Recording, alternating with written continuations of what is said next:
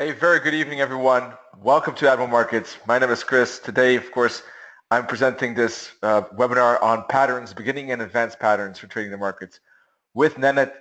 Together, we're going to take a look at an all-around approach here, looking at all the patterns we can imagine, I guess. So let's start right now. First of all, be aware that this video, first of all, a webinar, later on video, is shown to a global audience, but may not be suitable for everyone. Please take a look at admiralmarketsglobal.com, select your country of residence, and contact the appropriate entity for more details. Also, please be aware that trading foreign exchange and global financial markets is considered higher risk. Please seek the advice of an independent financial advisor for more information on that. This webinar is for informational and educational purposes only. By continuing watching this webinar, you agree with this disclaimer and you are aware of the risk involved when trading. All right, thank you so much for your attention. As I said, Nenad and myself, Chris, we're going to dive into patterns. First, just a quick note on the fact that the Zero to Hero course is running. It is live. It is, I guess, already on its way for the second week now, but it's still available, as far as I know, to register for free. It's to the point. We made it short, 15, 20-minute videos there. Every day one is released. So if you didn't join already, please do so. If you're watching later the recording and it's not on the website, just ask the, send a message to customer service and we'll see if we can still add you. And one more time, we just wanted to mention the fact, thank you all for joining these webinars, for looking at our analytics, because Admiral Markets was voted the best Forex educator this year. So we're all very happy with that. So with that said, we're going to dive into patterns. Now, we're going to dive into what is patterns and what is the role of patterns, first of all, and then Nenad is going to dive into a specific part of patterns called exotic patterns he's going to discuss in the second part of this webinar. And then next week, as you know, there will be a second part as well. So a lot of good stuff here. But first, we wanted to give you an introduction of patterns. What do we do with them? Why, whether they exist, etc. So in our view, patterns is an important part of analysis, but we can use them for trading purposes too. First of all, in terms of analysis, basically they make up a triangle with support or resistance and identifying the trend and patterns. So these three things, once again, support or resistance, trend, and patterns, are the key blocks in analyzing price and technical analysis. These are the three things that we use the most to understand what's going on with the market structure. If you think that price basically is the water, as I say more often, flowing down from the mountaintop, all right, all the way to the sea, as you can see in the picture here, then the flow of the water, or the speed of the water, is the trend and impulse. The size of the boulders or rocks that the water encounters on the way to the sea is support and resistance. And the patterns basically are kind of the smaller things that influence price getting down. So it's maybe the sand or the structure of the ground. It's the things that we see that have an influence on the movement as well. So they're kind of like items that or patterns in a way that we can use to understand the overall picture better, right? So the water is flowing down the hill. There's a big boulder there, but we analyze that the ground is a bit soft, so it might not even reach the boulder, right? So etc. Okay, but then in terms of price, so these analysis eventually, of course, lead to a trading plan and entries and then trade management, right? What I do is I look for confluence. I set up decision zones. When price reaches such a zone, I look for triggers. I take an entry and I manage that trade. The Aussie dollar, for instance, I was, for instance, tweeting about the Aussie USD with Dogan. Dogan was in our webinars Tuesday and Wednesday, and we were discussing the pound USD upside and the Aussie USD upside. And Dogan wrote that I think that he caught the Aussie USD as far as I understood. I wrote back, I caught it too. I took a long. And what happened was basically we were looking for confluence at 75 for a buy. That was the decision zone. The trigger was a bounce, candlestick pattern, for instance, time pattern, and took the entry. So let's dive, first of all, in what kind of patterns we have. Here you can see a tweet of myself last week asking you what you thought was your favorite pattern. Now I mentioned only 4 patterns because there are only 4 choices, but there are a lot more patterns. I narrowed it down to wave, chart, candlestick, and divergence pattern. The Twitter public at that time, 74 votes. Most went to candlestick patterns, 38%. Second chart, third wave, divergence patterns were the least popular. So this was the most favorite pattern. And if you're interested in contests, then you can, right now there's actually a poll going on what you think about the euro dollar. So you can check out at Chris Forsick and you can vote right now if you want, next day. Regarding patterns though, back to the topic, those 4 patterns are not the only patterns available. There are a lot more. There's not only chart, candlestick, divergence, and wave patterns, right? There are more things than that. But those are very common ones or very popular ones. Now, the thing is that we're not going to dive into all of these because we've had actually separate webinars on all of these topics. So we can mention all the candlestick patterns, but 2 webinars is not going to be enough to cover all of these patterns in depth. So instead, my part will be just on how to use all these patterns together in a discretionary trading. And then Nenad is going to dive into specific exotic patterns. Okay? But if you're interested, by the way, in knowing specific patterns, if you're interested in knowing which webinars, like specific recordings of chart pattern webinars or candlestick pattern webinars, just write me an email and I'll send you the YouTube links that we have. Or you can go to YouTube channel Valuable Markets. But if you're not sure how to find it, just send me an email and I'll send you the YouTube link of that specific webinar. All right? So once again, you can just pause the video if you're looking at the recording or just write it down now or write it down later on. So chart patterns, are triangles, bull flags, head and shoulders patterns. Candlestick patterns are very well-known ones, of course, engulfing, bearish, bullish engulfing patterns, pin bars, right? Wave patterns, 1, 2, 3, 4, 5, ABC. Divergence patterns is where the oscillators are showing weakness, but price is making a higher high or lower low, right? I know this is fast. Once again, we have separate webinars on this. Time patterns. I count the number of candles, for instance, and try to estimate whether momentum is finished or correction is starting. But you can have other patterns. Fibonacci patterns when price is bouncing off deep or shallow fibs going to targets. You can even have trendline patterns where price is respecting the trendline for multiple times, for instance. You could have even patterns of moving averages as they cross or as they line up with each other. Nenad is going to discuss the exotic patterns. But you could even have patterns in terms of instruments. Some specific pairs, your dollar or Aussie could have specific behaviors that you might find out because you build experience with that. Or there could be correlation patterns that exist for a while but then break down, right? Gold and Aussie are often correlated, but not always. There are also periods where they show less correlations, right? So those are also patterns. So that's a quick overview in a way, all right? But before we take a look at how to combine them in discretionary analysis, just a quick note, what is a pattern? First of all, patterns are basically repetitions in the market. So when you see something happening 2 times, it's a potential pattern. And when you see something happening a 3rd time, the pattern is confirmed. So basically, that's when you have the confirmation. Now, not all patterns are usable. If you see a connection, if you turn on the TV or if you have a certain sequence of TV channels, for instance, just making something up right here, all right? And every time you do that, you notice that the dollar yen moves up 20 pips. That is a pattern, but it doesn't make sense, right? It's not something you want to use. I guess.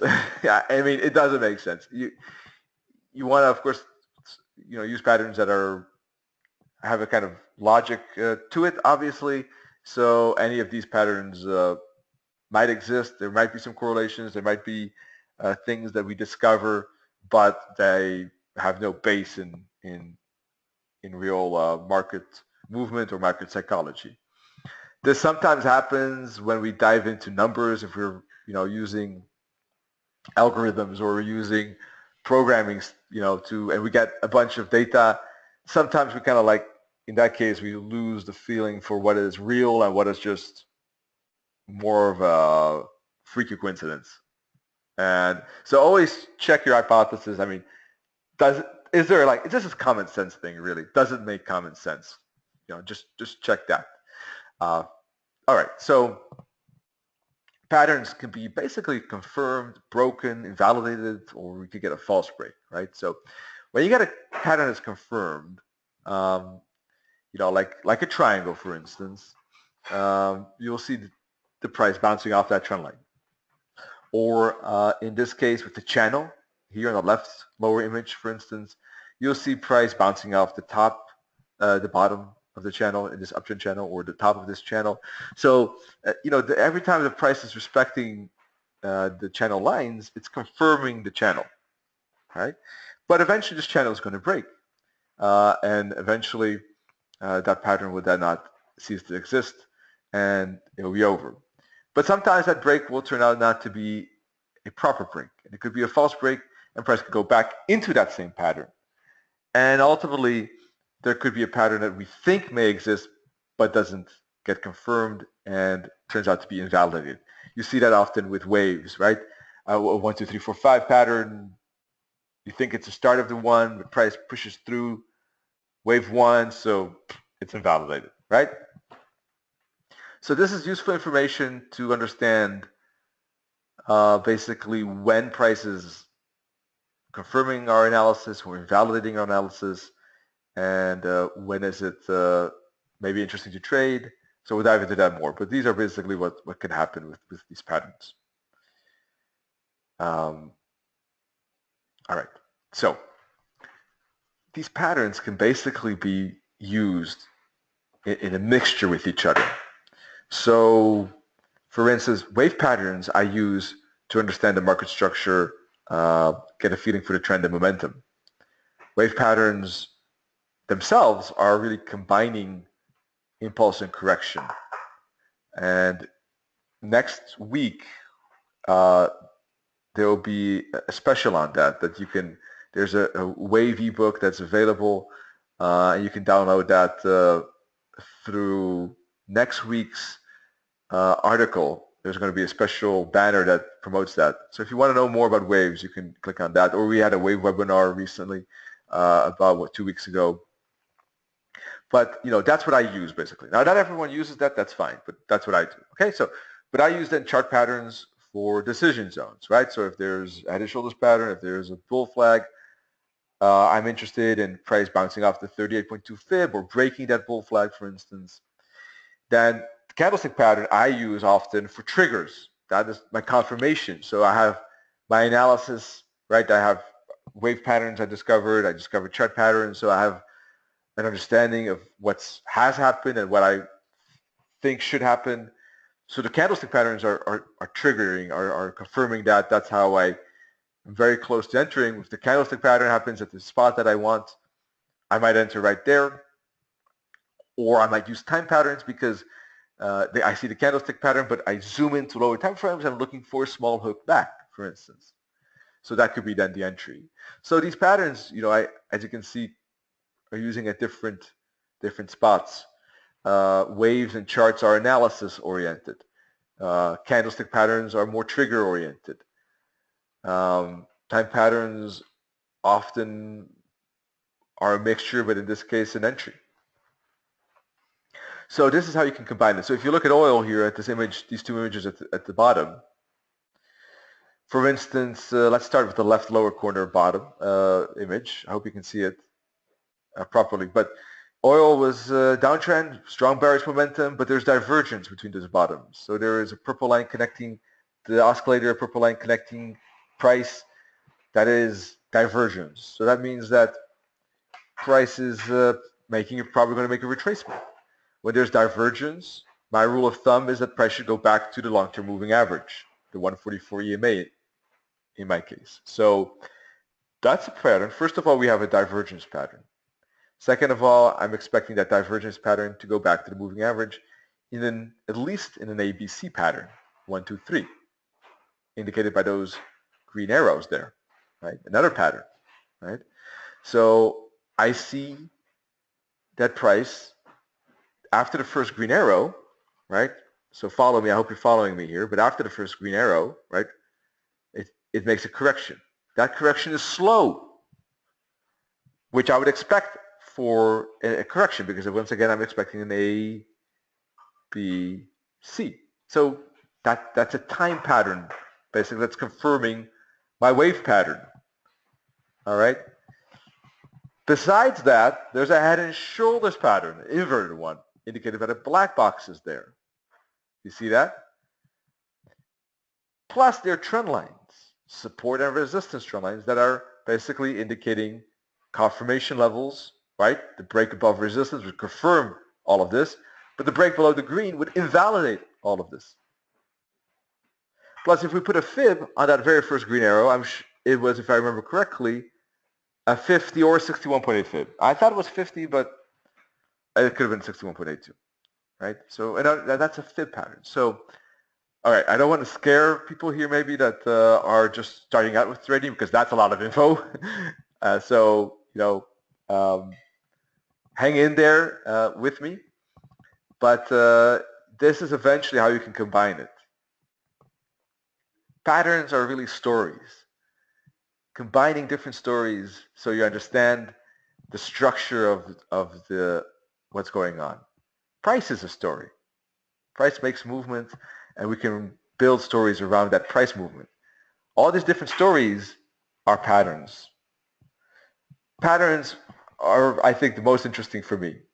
I think because humans love stories, just generally speaking, they love stories. So I'm not surprised that patterns are so popular with traders, and they're so often used. Now, which patterns you use depends on what you find basically useful to trade with and analyze. That's up to everyone. But here you see many of those. So actually, I think there were some other patterns I still wanted to mention. Yeah, basically on the right, you see fib patterns.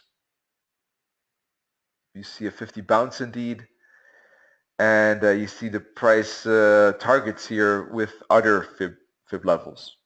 So at the moment, it is moving up. Oil is moving up. I mean, it didn't go very, very far, but it did break that red line. We can look at it right now.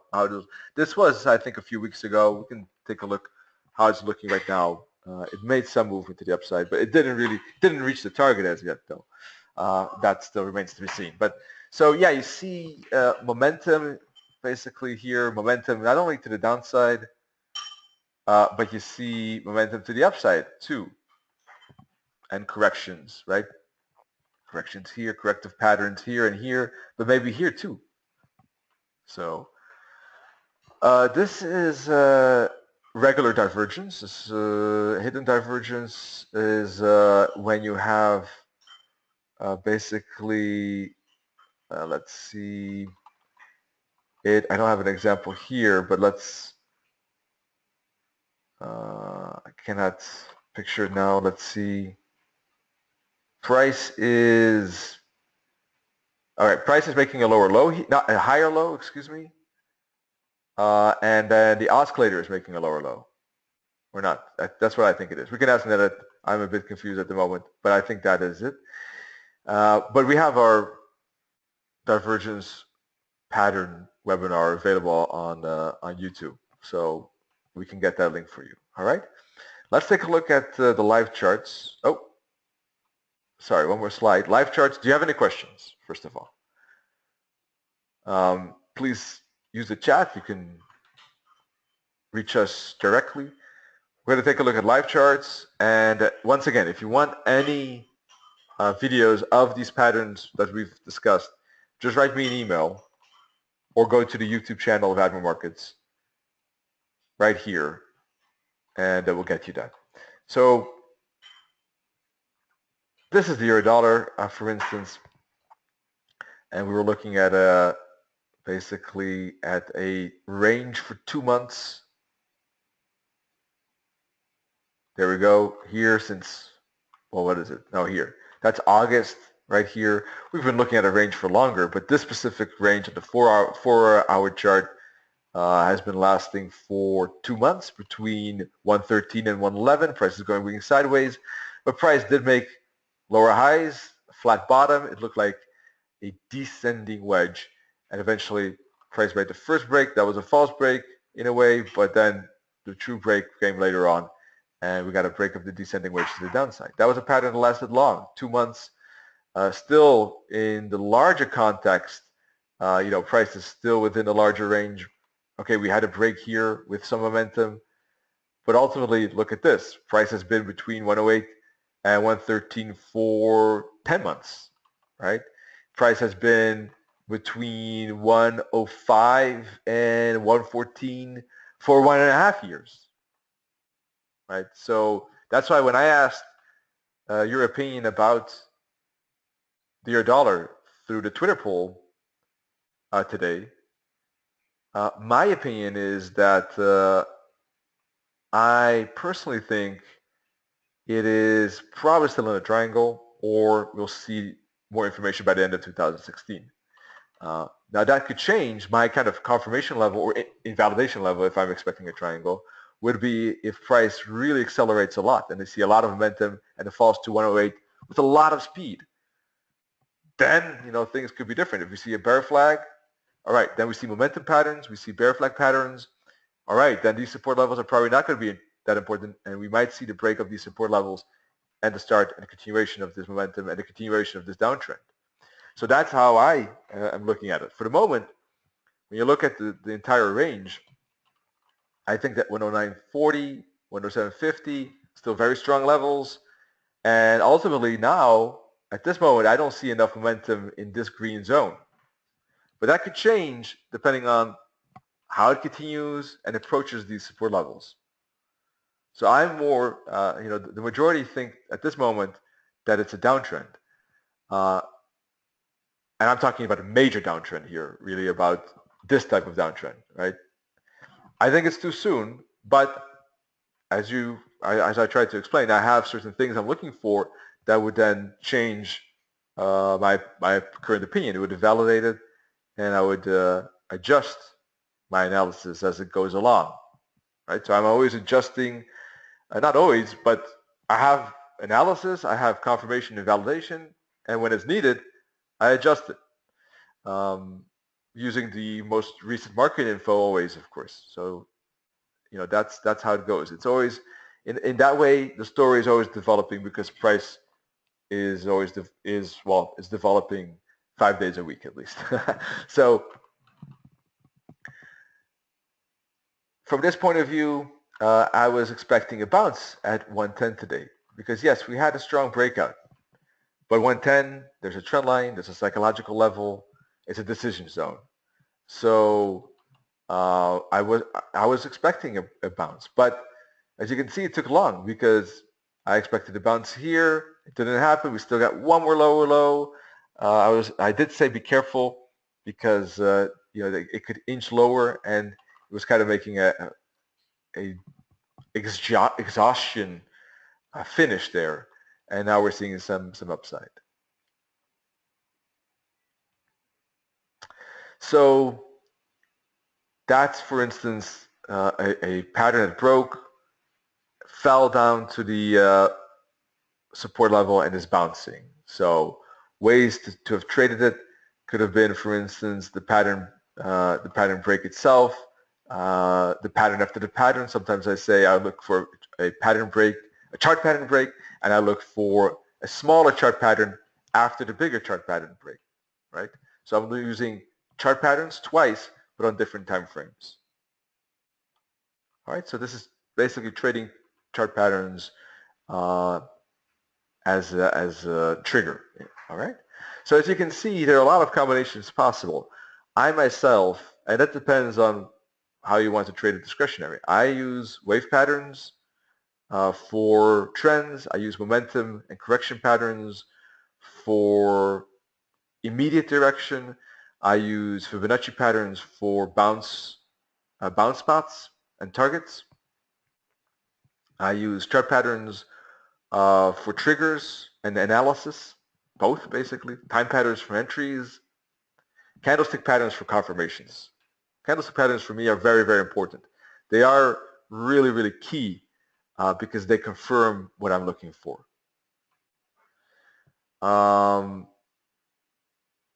Yeah, that's about it, I think. All right, so that's how I use it.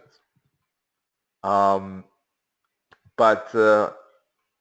know, there's no one road. There are multiple roads that lead to Rome, and you know there could be various ways that work for you that I don't use. All right. So let's dive into pound dollar. We can take a look right now. Aussie today. Well, I took an example trade on this account. I have another account here that I took the Aussie to, a bigger one, and you can see that the Aussie made the upside. I took the trade twice. I took it here. I put the stop loss too small. I put it below this bottom. So I lost very little bit on that. Then I took it again here. And that one is doing well. It's not up a ton, but I think it's about 40 pips, I guess, by now. I was a bit late. I wanted to take this dip like I did here, but I just missed that. But then I took it a bit higher. That's okay. That those things happen. It doesn't have to be perfect. But I was looking for a time pattern. I was looking for price basically on the Aussie to bounce off 75. I was looking for basically a time pattern, 5-6 candles not breaking this low. I was looking for a hook back here, and I wanted to take that hook back here like I did here. Basically, I thought that this was a hook back and it's a double hook back. Well, didn't prove out to be so. Used a bit too tight stop loss there. That was my fault. I think I should have put it below 75, but okay. Re-entered and took it as it was moving away from the M pattern here, the bounce pattern. So if you look at waves, you got a 5 pattern, and so that's one of the reasons I didn't exit, because I saw five waves. So I was looking for an ABC, and I was confident that it would still make a bounce for one more rally. Now, whether it continues here or not, or will it make kind of a complex pattern, that remains to be seen still. I don't know. I think that moving into break even makes sense. I mean, even if it moves lower, it will probably respect these bottoms or the 61.8 fib. If I put my stop loss at break even, I would be below the 61.8 fib. I think at the meantime, there's no, it doesn't make sense to keep that risk on the table. I've given it sufficient time for it to develop. I have patience at the start of the trade in this case. And now it's time just to take the risk off the table. If it goes, it goes. If it goes in consolidation, that's fine. And if it goes against me, then I have no risk. So I like to give time. I like to be patient at the beginning, then move in and reduce the risk, move to break even, give it patience again, then move in and try to lock as much profit as possible. That's the pattern I use for trade management. That's also was discussed in a different webinar. But regarding the specific question, how do you know the momentum was not over? I think the 1 hour depends like how you trade it. If you're scalping, I think what you did, Dogan, was great. You took those pips. Nothing wrong with that, really. It was really, I think, good of you because you grabbed those pips. You got the part. I think I'm not sure exactly where you exited, but you got basically the exit somewhere here, I think. So you got out when the momentum was over. Great job. You made 36 pips. No, that's SM made 36 pips. Great job, SM. But anyhow, Dogan, I think, made 20, 25 or so-ish. But I think he got somewhere out where the momentum was over. So that's great. Anyhow, after that, it went sideways.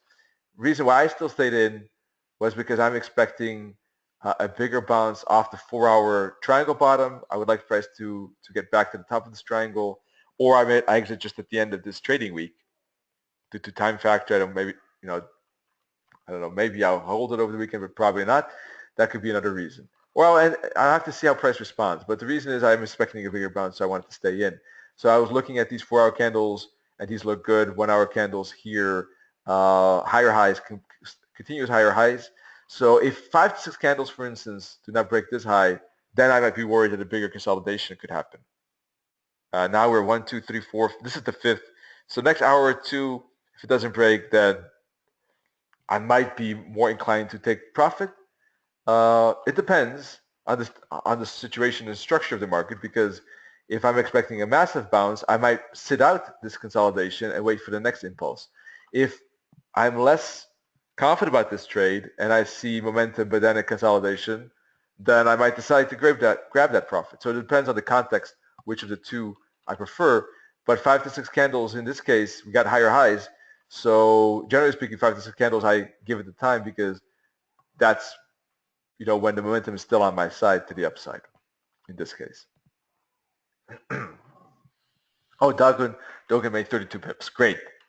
So regarding the pound USD, you can see I was looking for a bounce at the 78.6 fib. That happened. Price made a rally. I think that we're going to see an ABC zigzag up, or we actually see an ABC here like this.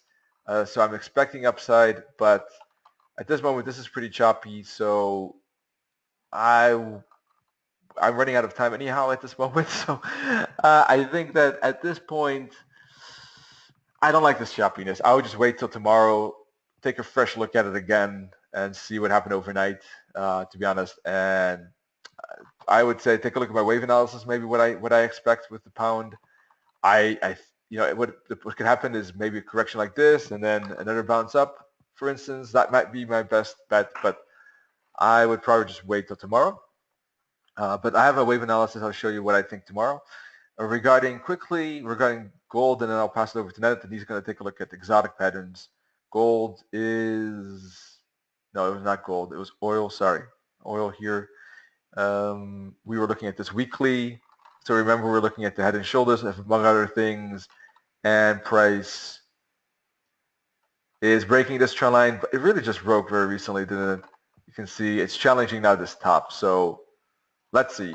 But my idea of that analysis that time, and still is obviously because it's getting confirmed due to the break, is a move up to 258, the 272 target, and the 38. So now Nenad's going to take over and take a look at exotic patterns. Let me switch the screen here. Hi, Nenad. Hey, Chris. Excellent as always. Yeah, I will continue. So this is what I will be presenting you with today. So about divergence, yes. So basically, guys, you have a lot of videos for divergence, and what Chris was showing was in fact that hidden bullish divergence is that when price is making a higher low, but oscillator has a lower low. Hidden bearish divergence is actually lower high on the price and higher high on the oscillator. So yeah, for some people, especially guys, if you're new, this might be confusing, but we already did a lot of videos on divergence, so we don't need it at this point. So what I will be presenting you with today is Adam and Adam, rounded top T89, Levez, running shapes, volatility spikes, order blocks, and historical versus now moment zones. So this is what we are going to see today, and pay attention to this. So let's see, this is our first pattern, and that is Adam and Adam. That is a bullish pattern, and it means that two distinct valleys that look similar. So when you see this, you need to pay attention to the overall shape. So you don't watch just these bottoms. So when these bottoms are formed, you need to wait for the break of this top here. So W pattern is very similar to Adam and Adam. That is a bullish pattern. But the thing is, it has like legs. Okay, so that is the difference between W and Adam and Adam. Adam and Adam will always show support. Okay, it will always show support. So like this, you have support here, you have support there, and you will see some legs like wicks. So it's like it's standing on both legs, but it's actually weak. So it identifies like a double bottom on the price. So Atom and Atom can be bullish, and now vice versa is bearish. It's like M, but with spikes to the upside. Usually I use Atom and Atom that is bullish in my analysis because M is too obvious for me. So when I see a double top that is making like M pattern, I mean it's very clear that there is a bearish price. Now this price action, exactly when it breaks this double top here, we can expect a move to the upside, and that happened. So watch for this, and this is also the example of Atom and Atom. You see there are like spikes, wicks to the downside. This is clearly W, and the break of this point is when you see this. So you just put a line here and wait for the break of this point. So you don't, when you see this, you don't trade this pattern, or you don't look for a confluence until this pattern has been formed. So only when this pattern has been formed, like this, see, it's first, then second, and third. And here, 1, 2, 3. So when this is formed, you just put a line here, and usually it will be the break to the upside. So you need to see the whole pattern, not just one part of it. If you don't see the whole pattern, then you cannot predict if it will form or not. This is clearly an excellent example of Atom and Atom pattern. So you see, very, very obvious. Next pattern is, exactly, this is the chart, a rounding top. So rounding top, I want to see some rounding price movement. How can we know that the price has a rounding top? But guys, you just see here, there is wicks. What did I told you, and how did I teach you to look at wicks? Wicks are more important than bodies of candles. I mean, bodies are always good to watch for, to see if they will show some patterns like piercing line or shooting star, or let's say double candlestick patterns such as dark cloud or scissors or tweezers. I mean, it's good. But in order to get as early as possible in the trade, you watch wicks. And that is what the analysis that I give you each day is about. For example, I will show you the example of pound dollar today that rejected 3 times of POC zone. So it rejected for 20-30 pips on the average. So that is the power of confluence and of POC zones. So here also the same example. You have wick here, then you have lower wicks, but then there is a higher wick. And as soon as the price makes this, you just need to watch for the price movement. So here you see a wick, then upper wick, then you have lower highs. So exactly here, and when this low is broken, well, you see the price went down, then a little bit to the upside, but then you can extend it like this. That is very obvious. I mean, you can even put a trend line here. So it's very obvious that this price was going to break. But this is not, I mean, I personally, maybe some people do it different. I don't use this for trading. I just use it for the confluence. So if I see that this is indeed an important resistance, so let's say that, I mean, Australian dollar has been selling a lot of times in the history from 76.00, and here if you see this, we can use this as a confluence. So we can say, okay guys, I will short it when this breaks. So here we can place a short, here we can place a stop loss, or eventually we zoom in.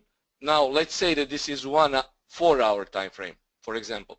We zoom into lower time frames to see where the price will reject and how we can take short entries. So price forms a gentle curve at resistance. So that is around the top. T89, my proprietary pattern. Now we already covered this, but for people who don't know what T89 is, it's a pin bar of EMA 89. So usually you will see a rejection here. Okay, this is where price usually will reject. Like this, like this, like this. Ideally is to watch that it has a bullish body. So that's ideally. But sometimes you will see that it even respects this T89 pattern, even if it has bearish body. Now, let me ask you, so again, guys, really, do you think that bodies are more important than wicks? I mean, it's very obvious.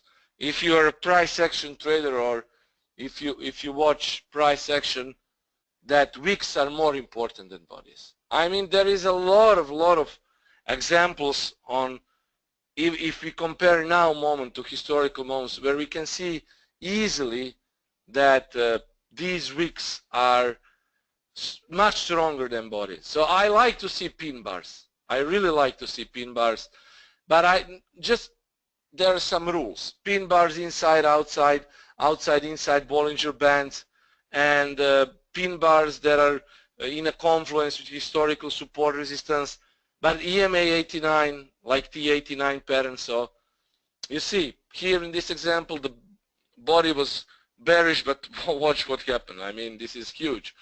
Now, this can happen on every single time frame, but we watch this as both as a confluence and as a part of potential entry.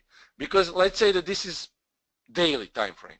So if you see this on daily time frame, it will indicate that you need to zoom in to lower time frames and try to find long entries on lower time frames. If this is a 15-minute chart, then obviously this could be taken as an entry, because how I do it, I watch higher time frames always for trend, momentum, loss of momentum, and entries are made on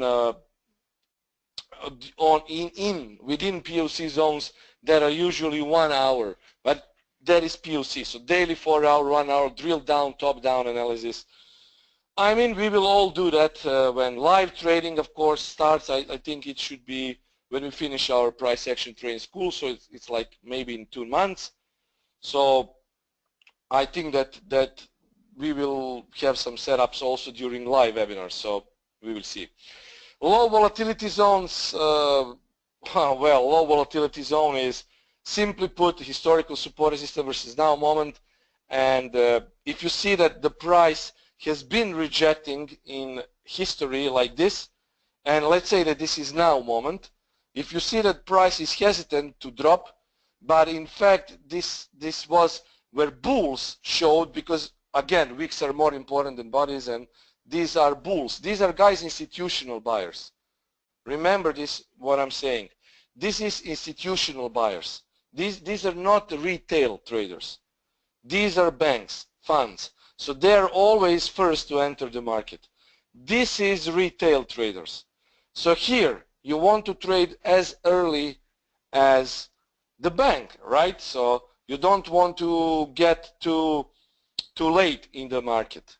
So what happens usually, if you use a lot of indicators, you will enter here at the market when the move has already started. Well, when we start that price action live trading webinars, you will see where we enter, and I will show you how banks trade. Okay, so you will see, I mean, that is price action trading. You will see the template, everything, and every single knowledge that we have been giving to you, including price action trading school, should be implanted on live trading, because everything is just talk until you start to actually see those setups. But for these setups, and generally for trading, trading is not 5-minute trading only. Like scalping, like if you do that all the time, you will ultimately lose. At least if I scalped all the time, I know I would lose. And I mean, I have proofs. Some accounts that were strictly scalping accounts, they are in the loss in the long term. But those accounts that are that have that timing factor in it, and where I peculiarly was trading those zones, POC spots accounts, is big. Also, when you combine that knowledge, you will see that you can have success. Session recaps, trades, analysis that I give you, but it's only like 1, 2, 3, 4 trades per week. not more than that, sometimes even 2 or 3 trades. So you don't make like 10 trades per day. It's only if you try to bring your small account, of course small account, to be bigger account. But as soon as you make it much bigger, then you start to trade normally. For example, EQ trading was like 350 euros to 3,000, but then we do it slowly now, so it's slow. So there is always different options. But the point is, ultimately, you want to trade as early as you can. So that is why we need to use confluence spots, POC zones, to shape things up. And this is one of my favorite patterns. When I see this, this is actually an entry pattern, not just for confluence, because you get a confluence here. It's already a confluence, a small part of the confluence. When you see that there were historical buying from this spot, and the price actually was dropping to that spot, you might really consider not to trade shorts here. And here actually you see the price has made a low, then it was a high, then it was like a double topish price, then another high, another low, and at the break of this price it was confirmation that the price will go up. Also here, you see, well, it might happen that you see this and you know what to do. So historical buyers, these are very, very good examples. I will show you that also on a live chart where you will see how historical moment intercepts now moment. Running shapes. What are running shapes? Effectively, running shapes are running triangles and running wedges with no vortex. What is a vortex? If you see this, this is a running triangle. But if you see this, this is a symmetrical triangle. If you see this, this is a running wedge. But here, if you see something like this, well, this is also wedge, but the wedge that has been formed. So running shapes can be flat top ascending triangles. Those can be like this, symmetrical triangles. Flat bottom descending triangles. And the difference here is they don't have vortex. Wedge usually don't have a vortex. Okay, it usually don't have a vortex. But sometimes you will see that even a wedge can be a little bit narrower like this. But if you see that wedge has been formed like this, so it's still a running wedge. So it has not been fully formed, like a running triangle. So here we can expect some price movements. And you see here, symmetrical triangle, breakout, retest. This was a retest, continuation. I personally use running triangles just for the confluence part, not for trading, because I mean I have a lot more other things to make entries with. So I don't particularly use running shapes for trading, but for giving me potential hint where the price will break out or where the next movement might be. So this is an important part. Running shapes. Volatility spikes, usually spikes that happen during some news, events, or rumors. For example, remember GBP dollar drop from several days ago. If you followed the analysis that I gave you, I was very clear, sell and rallies. And you can see that every single analysis that I made, in fact I made that one, and I'm not sure that it was, but I was very clear, sell on rallies. So pound is sold on rallies. So my opinion that we just need to watch for these confluence spots within this candle, because guys, this is a master candle. This is resistance now, this is support now. Now we put Fibonacci ratios, we put the other parts of confluence, and you will see there will be a lot of chance to go short. Even if the price, you don't care where the price will go, because we trade what we see, right? What we see is bearish movement. So next step is to find confluence to the upside if it breaks 2250 or where I will show you the analysis if you didn't see it already. So you see, when you make money with one rejection and it gives you another rejection, you make another money. And the price will not, simply does not want to go below this point. It makes third rejection and gives you money. So chances that this zone will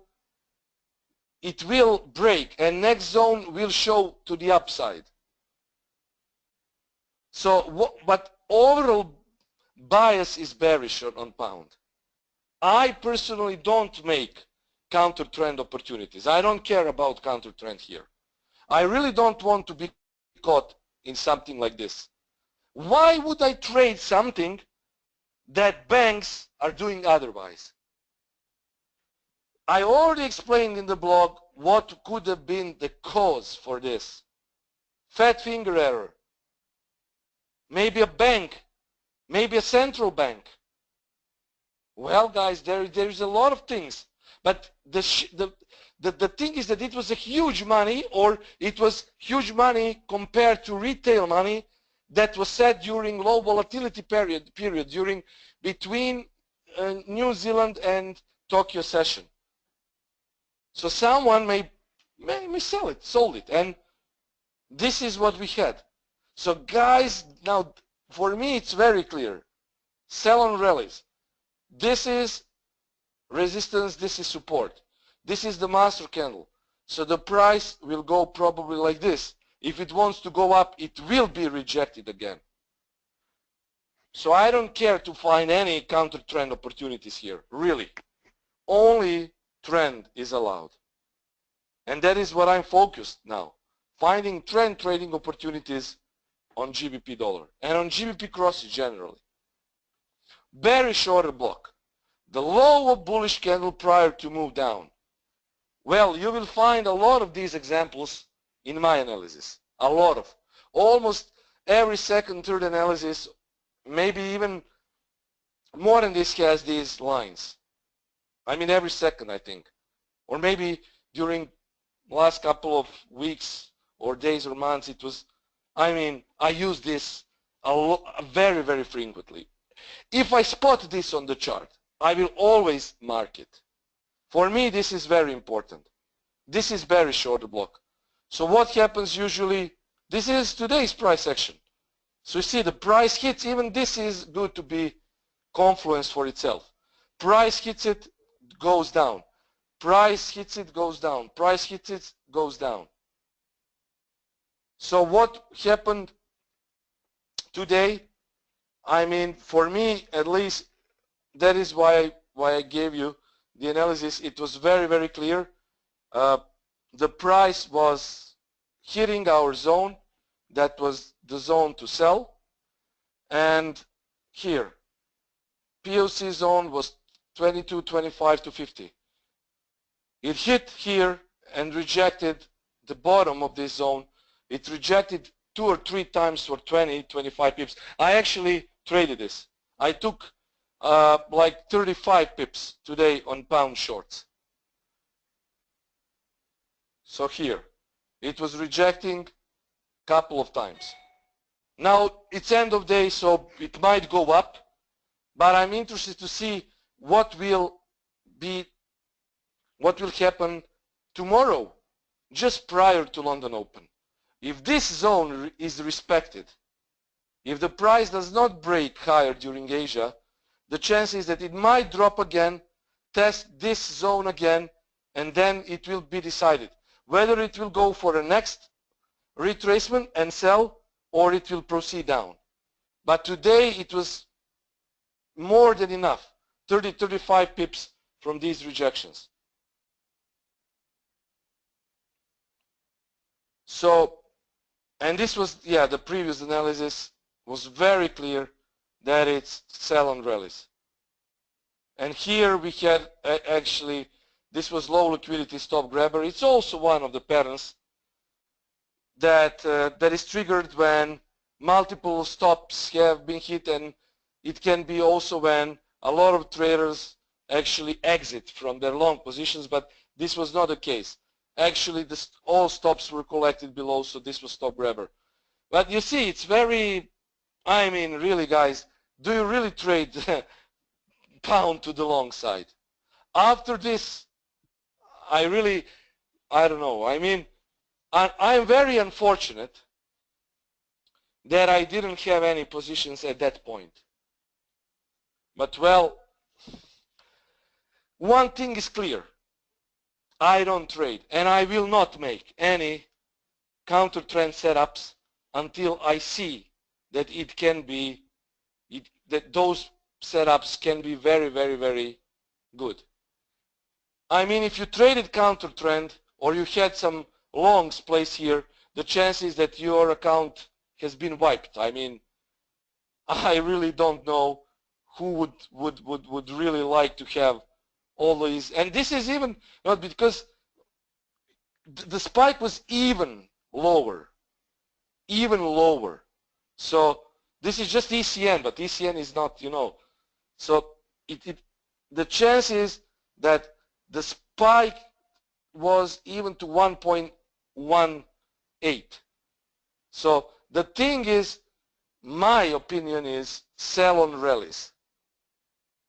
That is what at least I will be doing, and I have been doing. Selling on rallies, pound. Bullish order block is the high of bearish candle prior to move up. High of bearish candle,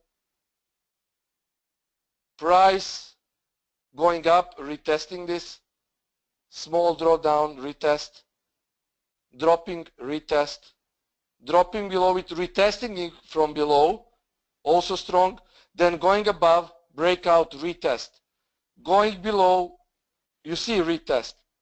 You see how many things. See? A lot of different setups. Dogan is asking, euro-dollar trade or weekly recap was a counter trend. Yes, but euro-dollar is not a problem. Euro-dollar alternative trade is counter trend. But euro-dollar is not a problem because it does not have these spikes. That there was not Brexit in European Union, you know. So European currency now is a bit more stable to trade than pound crosses.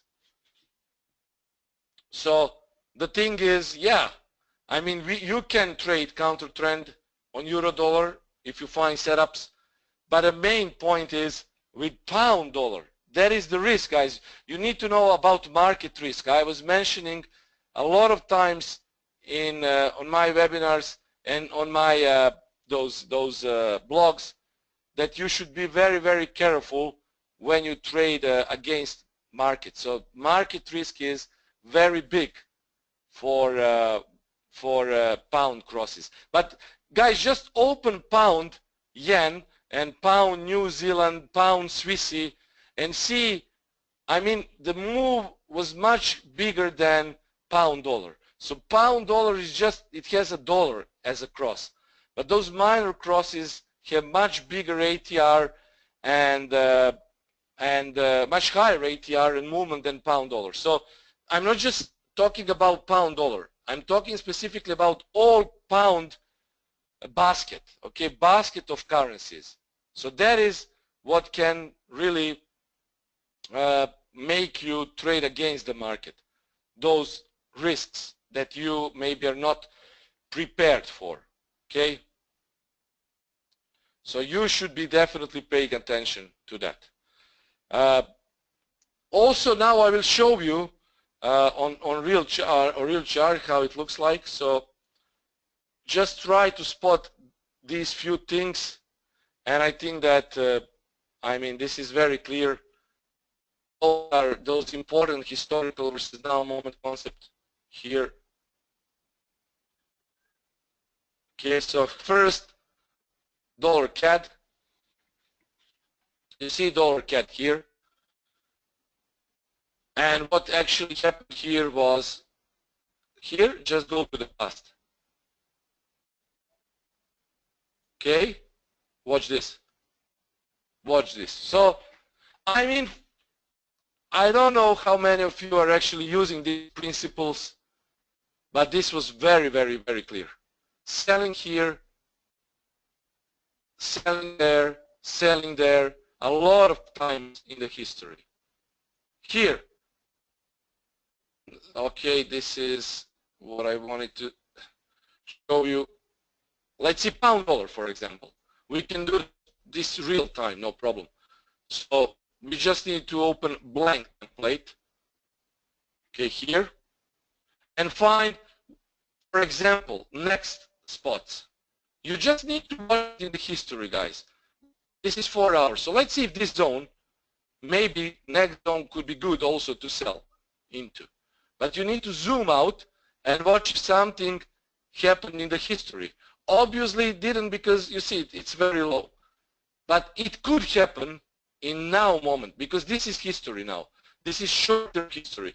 So I'm sure that 2290, let's say 2290 to 2326, there will be sellers. There will be sellers. Okay. Here. Next one, okay, we can use, let's say, dollar yen, for example. Okay, also 4-hour time frame. This pair can be counter traded. It can be counter traded. You should see my screen, guys. I mean, I'm showing dollar yen. But let's see the history.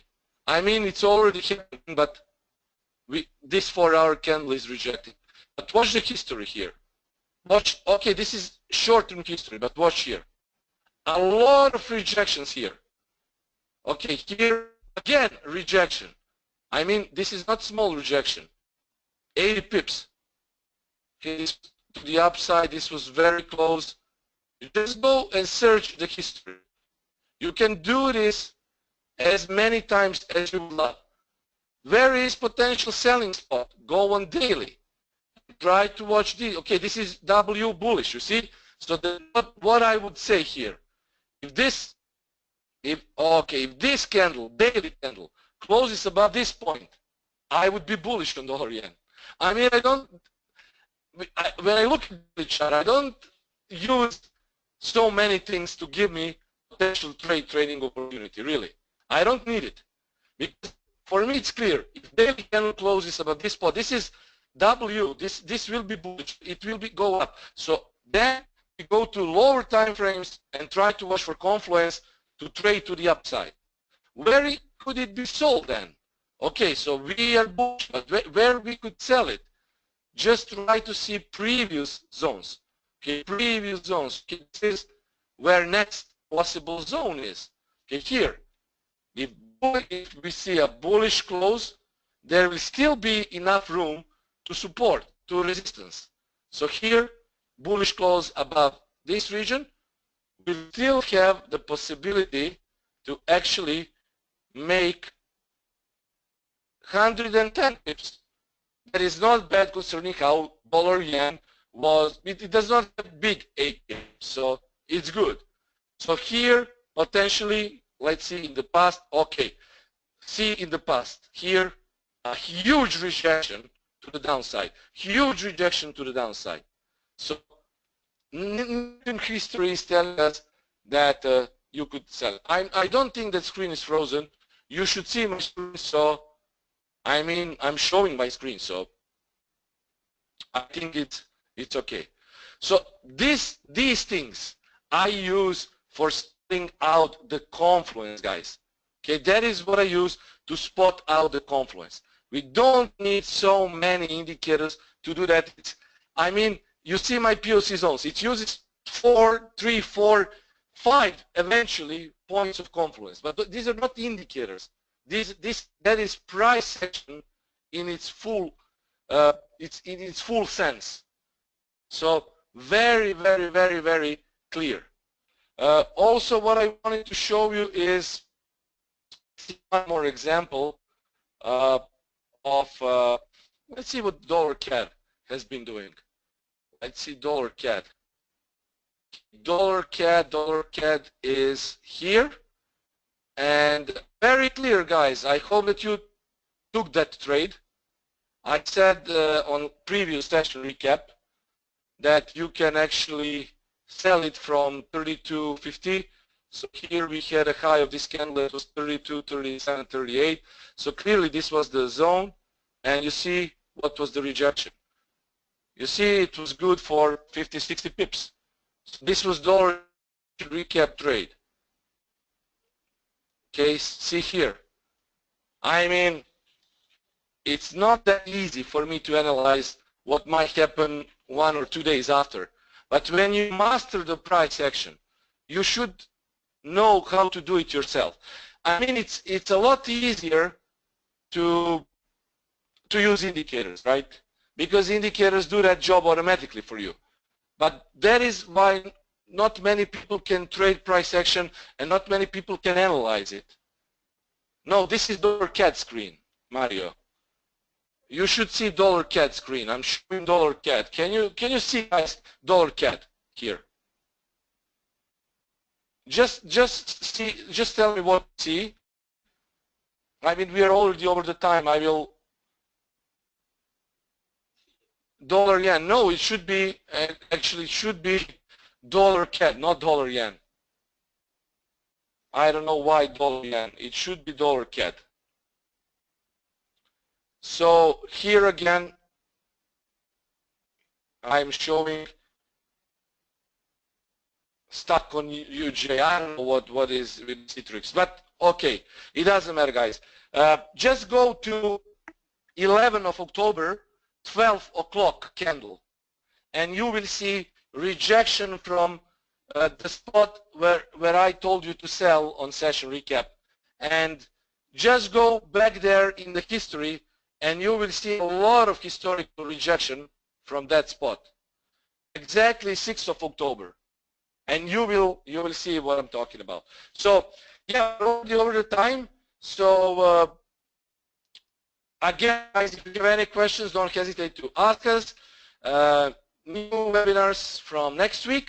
I hope you enjoyed profits, and even if you had some losses, I hope that you managed losses. But ultimately, price action now is favoring us. Thanks for listening, and we will be here with you soon. Cheers, guys. Thanks.